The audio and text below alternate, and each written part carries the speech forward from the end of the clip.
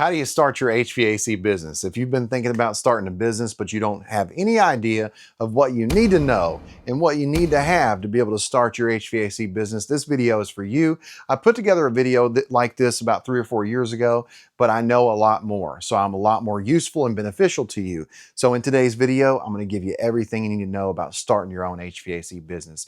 You're watching HVAC Tips for Technicians. This is Taddy Digest. I'm Tad. Let's get started. First, I have some simple advice. Start small. Don't go overboard. Don't have too much overhead. Start small.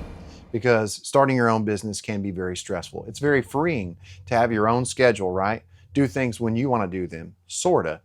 But it's very stressful because when you get a lot of overhead and you got big amounts of payroll you got to pay every week, you got all these employees you got to take care of, you got all this managing that has to happen because you have these employees and all these tasks, and you need to delegate. It can be stressful. So start small, enjoy it. Enjoy what you do, build your skill, build your customer base. So that's the first piece of advice I have before I start telling you everything that you need to have. And the first thing I want to tell you that you need to have is you need to have insurance. You need to go to an insurance provider and you need to sit down and you need to say, hey, I'm thinking about starting an HVAC business. What do I need? They're going to talk to you about general liability, which is something I have. They're going to talk about workers' comp. Because you may have employees, you may need workman's comp. So that's something I have. So insurance is something you need to learn about. If you don't know anything about insurance, I've got a video. Click the link right here. Go down in the description and click the link so you can watch that video of me and my insurance provider sitting down and actually talking and discussing about all of the different considerations when you're thinking about insurance. Second, that was first, insurance. Number two is an accountant, a CPA. You got to learn about taxes. You got to have somebody really good who can work with you to tell you what you can do to maybe have a good tax strategy or what you can do to better your company as far as taxes. So you got to have an accountant. If you don't have an accountant, you're not filing taxes, you're going to be in big trouble. May not be this year, may not be next year, but down the line, it's going to catch up with you. So you got to have a good CPA, a good accountant, and you need to have a good software like QuickBooks. And that's where you have a record of every job, every project. You're keeping good records. You got good paperwork. That's another thing. I should say that's number three probably. So number two was the accountant. Number one was insurance. Number three is your software. You're keeping up with your records. It's really paperwork. Paperwork's number three. So you have that QuickBooks, you're logging in everything, your projects, how much money, your accounts, your balances, and then you're giving it to your CPA, so then you know your profit loss, right? That way you can make adjustments in your business. I need to go buy a vehicle, why? Right? Because I need to have a good tax strategy to avoid those taxes, and it also builds my business up. So definitely number one, insurance. Number two, CPA, accountant. Number three is paperwork. And that's the reason you could use a good CRM like Project to Payments, which is what I use. Project to Payments is a great affordable CRM. It's like 20 bucks a month with a discount code. Taddy Digest, get 50% off. It's $10 a month. And even if you're a one-man show, you got a way to write your invoices right there, collect those payments, and then you got a record. It's not just paper. If you want to have just paper, which we do that as well, and we've got filing cabinets with all of our customers, and we got a folder and a file and a name, you can do that. But you carry your phone with you every day, you might as well just have a software like Project to Payment. So number one was insurance, number two, CPA, accountant, number three, QuickBooks, CRM, so software, paperwork. You got to have good paperwork, got to have a good software that you can utilize. I would say the next would obviously be you need to check the requirements for your state. You need to make sure that you have the right licensing so that you can pull the right permits, because if you're doing electrical work here in Tennessee, I may have to have a LLE, right? Limited licensed electrician to be able to pull a permit. Less than $25,000, I can pull a permit and I can install that new outdoor unit or that condenser or that we can do that electrical job because we can pull that permit. If I'm doing a bigger job, maybe I'm bidding a job for the city or some government project, I may need to pull a mechanical permit. You may need to do that anyways in your county or city. So you may need that CMC, that HVAC license for my state. But how do you figure that out, right? You just go to athomeprep.com. At athomeprep.com, you take and you put in your state, and then you put in what category of license you want, whether it's HVAC, electrician, and then you click the next button and it takes you to another page and it tells you what the requirements are for your state. It tells you what application you need to fill out. It tells you what books you need. It gives you highlighting guides. It gives you exams. All that is there for you. So you got to figure out what license you need. That is next, right? So insurance was number 1. Number 2 was CPA accountant. Number 3 was software, paperwork. Number 4 was your license. What license do you need? Because you can't be going out here doing work without a license. Why? That'll catch up to you. You get a big fine, you get a few big fines and it's over. Somebody sues you, right? Because you didn't have the right license. Maybe you didn't have the right insurance. I mean, there's a lot of liability in the field and you got to make sure that you cover your butt by having what you need. So go to athomeprep.com. I'm pretty sure there's a discount for you guys through At Home Prep, and I think it's Taddy 10. You can actually use that and get 10% off. It may be Taddy 5, but I'll put the actual discount code down below with the link to At Home Prep. I admonish you to go check it out. That way you can get prepared for your test. I've got a video on how I got my electrician license if you're in Tennessee. I'll put that video down below as well. So that's something you definitely need. All right, number 5 is location. And we're gonna bundle a few more things in with location, but follow me inside. This is where we get all of our calls in daily, right? This is where my office staff is. And I've got 2 office ladies who are wonderful, which I call my work moms because they take care of me. I treat them with respect and they take all my calls and they help me to figure out what's going on with how much work I've got. And then I've got my technicians and they work with them as well. So they make my life much easier. Before I had these secretaries, I was doing it all myself, right? I was handling all the calling, the scheduling, all the jobs, estimates, installs. So when you get to a point where you can hire somebody that you trust, it's going to help alleviate a lot of that work, a lot of those calls you're having to take and scheduling. Now back here, we don't have to look, but this is basically my office back here. But location is everything. Now remember I said start small?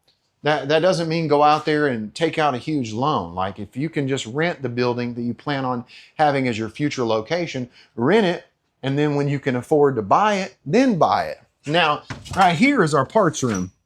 This is where I've got all my parts. This is where my technicians will come in the morning and fill out their paperwork.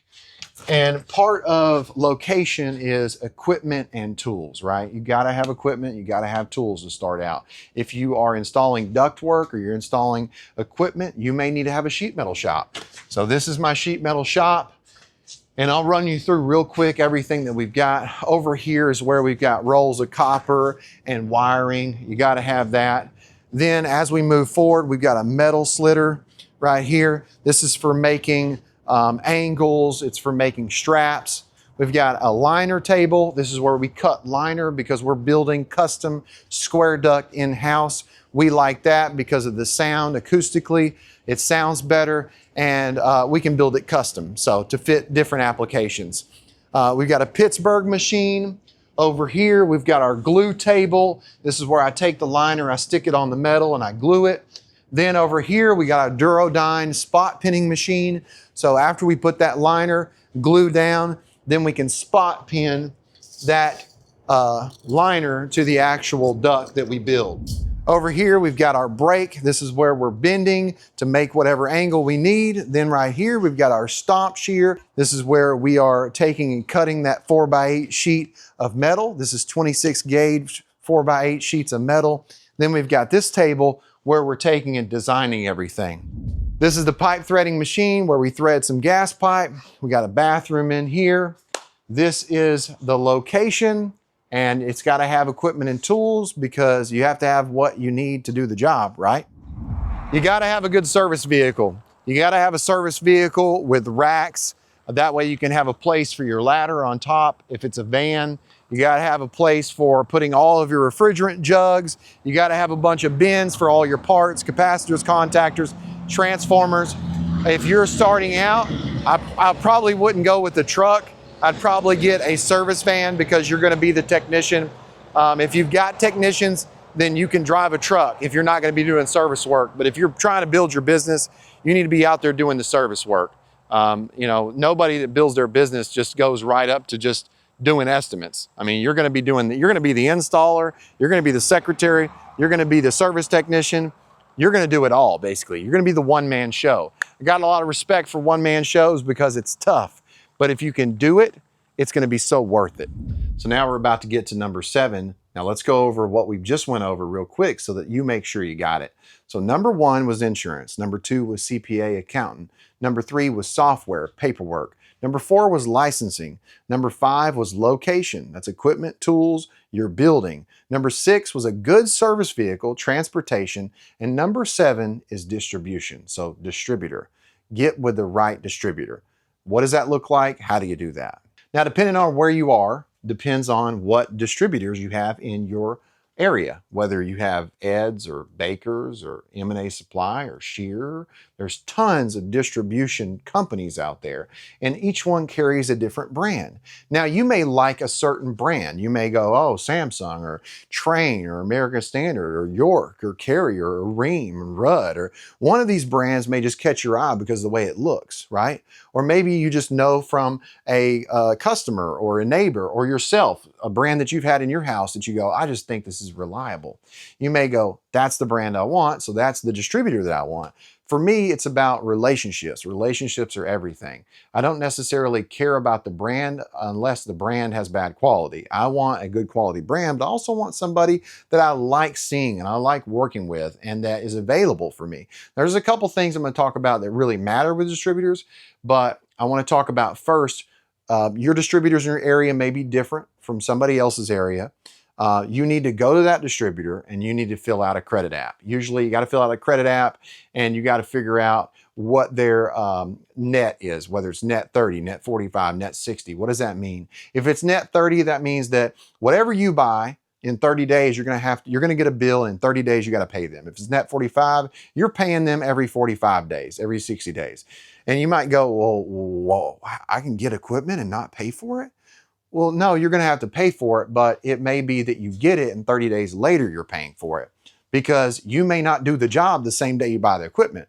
For me, I'm buying, $100,000 worth of equipment and I'm not installing it all the same week. I'm installing it over the next few weeks. So it's nice to have that net 30 or net 60, and most distributors are net 30.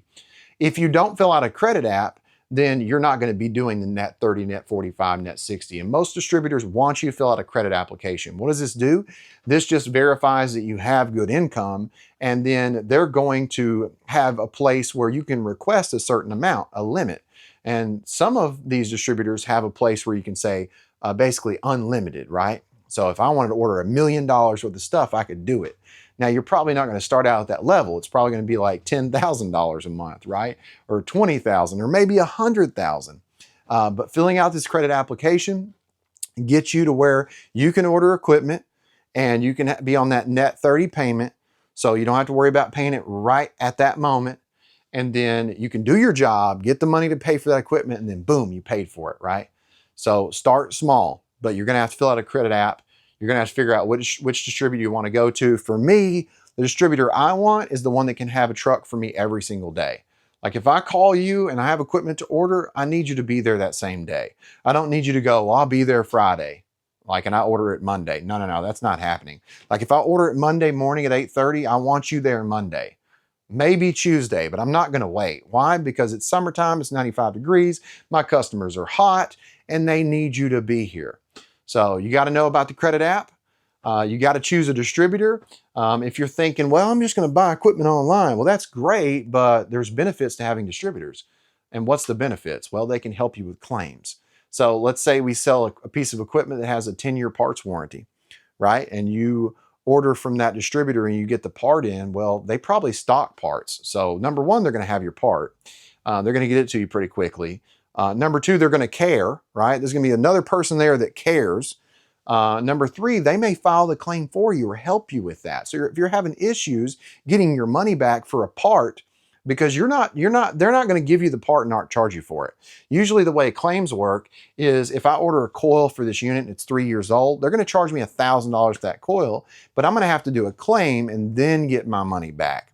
So having somebody to be able to help you to know how to file that claim, to be able to ship you that part, take the part back and give it to the manufacturer and be that in between for you, for that manufacturer, It's great to have that distributor. That's another reason having a distributor is a great thing. Also, labor plans. Distributors offer labor plans. And this is something you can buy from the distributor or buy from the manufacturer, but the distributor is the one that kind of handles everything. So you get that 10-year labor plan, and that customer doesn't have to worry about paying you labor or for a part for 10 years. Distributors can help you with that. There's also a lot of other incentives. Usually distributors have programs, and they have programs not only for labor, but spiffs to give you something back every time you sell. Financing, they'll hook you up with a financing company that can be able to help you to finance while you're there with the customer. So, you know, they get the 10 years financing for that. They might not be able to afford it. So having financing is another beneficial thing that you'll get from your distributor. I would say those 7 things are the major key points to this whole video. Like that, you get those 7 down, you're in great shape. You know, you're going to come up with your logo. You're going to come up with your brand. You're going to have that great idea, and you're going to go, well, this is what I want to do, and this is what I think. And then you're probably going to do that first, and then everything else, you know, you're going to have to do next, right? Because you come up with the idea first. And then you're just going to have to get to work. And how do you get work? You advertise, or you go to your neighbor's house and go clean their unit for free. If you want to learn more about how to price everything, your service calls, your parts, you want to learn how to get more business, you want to learn how to sell, you go check out my members only content, my level 3 members only content. It's like 25 bucks you pay, and you can see all these videos on those subjects of selling and how to get more customers and how to price everything. That's there for you. And also I've got a bunch of guides for you as well. If you got questions, you'll get my email by becoming a member. So become a level 3 member, you'll get access to my HVAC training courses, and I've got those videos there for you. You've got to be the #1 person who cares about your business the most. You've got to be the driving force, right? If you hire somebody, don't expect that person to work harder than you. You've got to be the hardest worker in your company. You are going to be the one that works later than everybody. You're going to be the one that shows up earlier than everybody. And if you're not doing that, or you're not going to do that, you might as well not get started, or at least not try to expect that, you know, things are just going to be just amazing for you. If you hire an employee, realize that you're the one that has to push that employee. You have to give them that vision. You have to sell that vision to them. And it's really hard to get respect if you're not on the front line. If you're not the one out there showing them what they should be doing and working harder than them, then you're not going to gain that respect.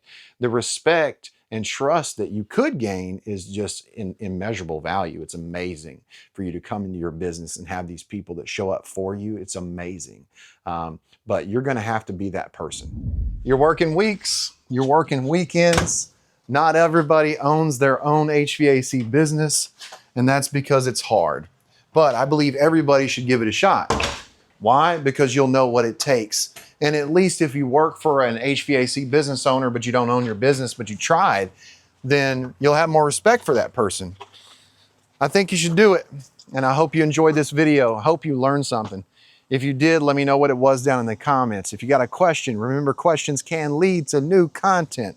But if you don't have a question, that's okay. Let me know who you are and let me know where you're from. If you like the video, hit that like button, subscribe, smash that bell, ding, so you know what I'm doing. You want more videos like this? You know where to find them. HVAC Tips for Technicians, my playlist, where I've got hundreds of videos of live experience as a technician in the field to help you be a better technician.